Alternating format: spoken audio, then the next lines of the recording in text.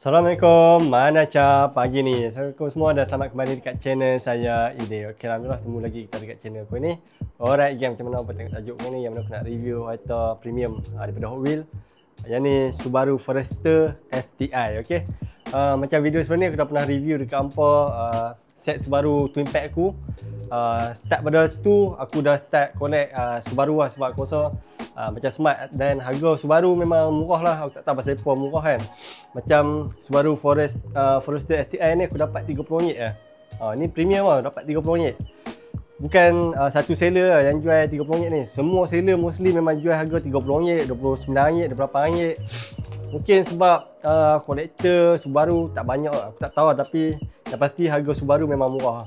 Okay, so jom aku review dekat hampa Subaru Forester STI ni. Kita tengok dia punya detail, lawa ke tak lawa. Okay gang, so ni aku nak review dekat hampa Hot Wheels Premium car kaca Subaru Forester STI. Okay, yang ni aku beli kat Shopee ya. Harga RM30. Tapi premium. RM30 premium. Tu aku malas nak main mainline tu. Mainline ni pun tekan harga sampai 35, 40, 45 kalau apa tengok kan. Bapak lah. Baik aku beli premium. Lepas tu video yang sebelum ni pun aku dah start main matchbox kan. Sebab harga RM10 dapat item yang aku nak. Okay, so jom tengok. Item ni dia ada 5 biji. Yang ni item kepala dia Nissan Skyline GTR 32 Pandem. Lepas tu ada Nissan Seat 80. Yang ni Nissan Seat 80 ni RM26 je. RM24 ada, RM25 pun ada aku jumpa dekat Shopee. Lepas tu 1990 Mercedes-Benz E2.5 16 Evolution 2. Yang ni aku tak jumpa kan ni.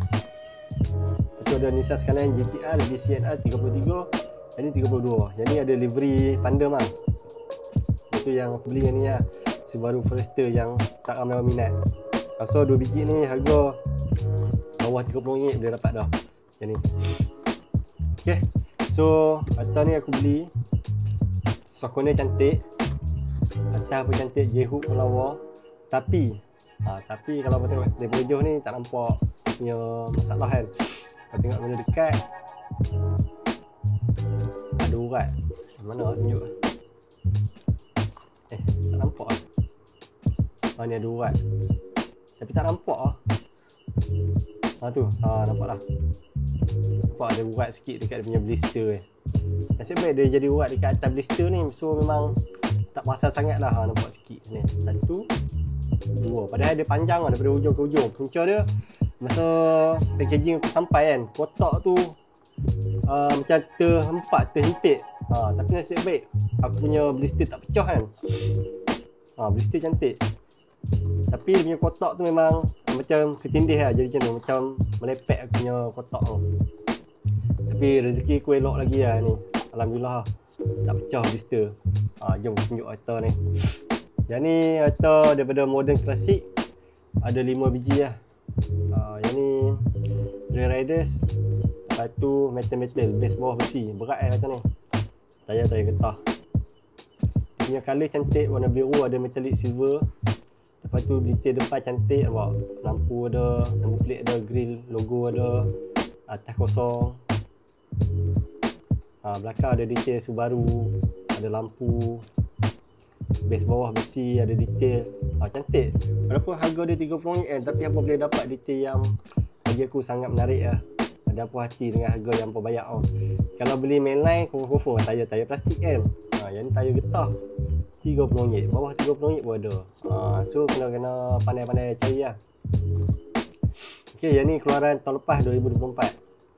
Ada stiker, yang ni Indon. Mungkin sebab ada stiker ni dia jual murah, tak tahu lah. Tapi mostly orang cakap macam tu, kalau ada stiker tu dia memang akan tolak murah lah. Tapi aku tak kisah pun. Aku nak item saja. Okay, so kalau ada benda nak tanya boleh komen kat bawah. Siapa nak beli item ni, aku tak di Shopee bawah ni, aku boleh dapat situ. Okay, so jumpa lagi dekat next video aku yang akan datang. Jangan lupa subscribe, komen, like dan share. Bye. Assalamualaikum. Mana pagi ni.